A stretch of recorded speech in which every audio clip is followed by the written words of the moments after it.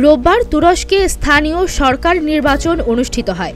আগামী 5 বছরের জন্য সিটি মেয়র, ডিস্ট্রিক্ট মেয়র ও অন্যান্য স্থানীয় জনপ্রতিনিধি নির্বাচনে ভোট দেন নাগরিকরা। এবারের নির্বাচনে 34টি রাজনৈতিক দল অংশ নেন। তবে এ নির্বাচনে ইস্তাম্বুল, আঙ্কারা সহ দেশটির প্রধান শহরগুলোয় বড় ব্যবধানে জয় পেয়েছে বিরোধী দলগুলো। হেরে গেছে প্রেসিডেন্ট এরদোয়ানের একে পার্টির মনোনীত প্রার্থীরা, এ তথ্য নিশ্চিত করেছে বিবিসি। ইস্তাম্বুলে আবারও মেয়র নির্বাচিত হয়েছেন সিএইচপি প্রধান এক্রেম ইমামোগ্লু। 50% বেশি ভোট পেয়েছেন তিনি, যা এরদোয়ানের একে পার্টির প্রার্থীর তুলনায় 10% বেশি। আঙ্কারায় 59% বেশি ভোট নিয়ে জয় পেয়েছেন মনসুর ইয়াভাস। এছাড়া ইজমির, বুরসা, আদানা, আনাতালিয়া সহ বড় বড় শহরগুলোয় আধিপত্য সিএইচপির। বেশ কয়েকটি স্থানে জয় পেয়েছে ডিইএম।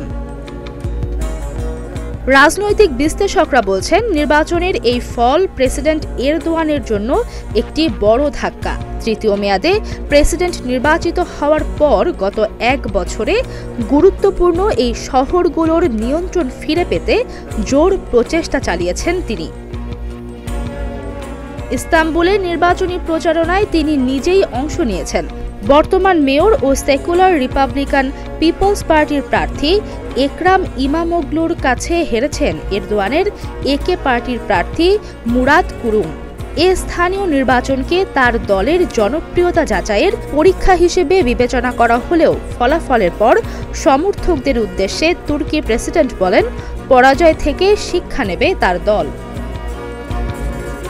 তারা আরও বলেছেন, এ নির্বাচনে দেশটির 81টি প্রদেশে 77% বেশি ভোট পড়েছে।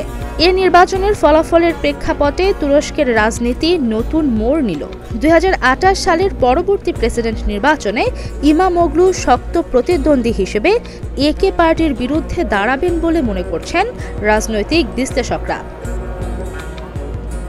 গত বছর পার্লামেন্ট নির্বাচনে নিরঙ্কুশ সংখ্যাগরিষ্ঠতা পেয়ে তৃতীয় মেয়াদে তুরস্কের প্রেসিডেন্ট হন এরদোয়ান।